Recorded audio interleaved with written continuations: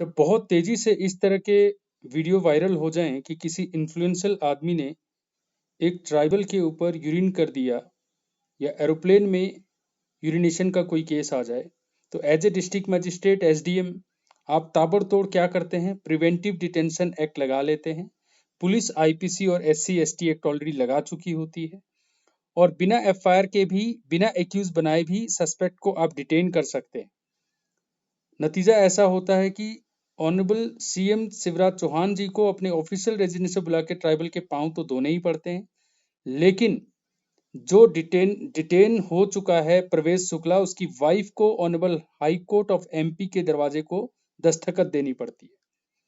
फिलहाल अगस्त 1 के लिए इस मैटर को पोस्ट किया गया है कि क्योंकि कंचन जी ने ऐसा कहा कि प्रिवेंटिव डिटेंशन का जो ऑर्डर किया डीएम साहब ने, ना उसमें कोई उन्होंने रीजनिंग दी, ना उन्होंने रिप्रेजेंटेशन के बारे में कुछ लिखा।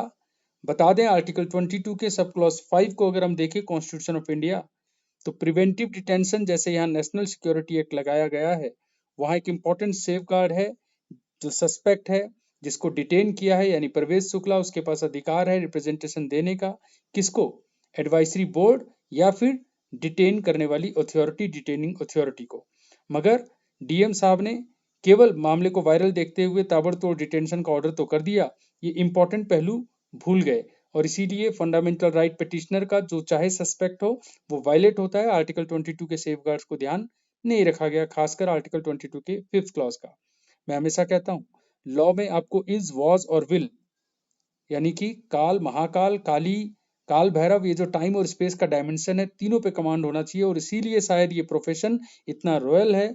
चाहे आप जज हैं, चाहे लॉ के डकलिंग या लॉयर, आपको ये बताना है कमेंट सेक्शन में, बिना सब्जुडिस को डिस्टर्ब करते हुए, बिना किसी गलत टिप्पणी के, कि नेशनल सिक्योरिटी एक्ट या कोई भी डिटेंशन एक्ट में आर्टिकल 22 का अगर 5th क्लॉज वायलेट हो तो ऐसे ऑर्डर को क्या किया जा सकता है।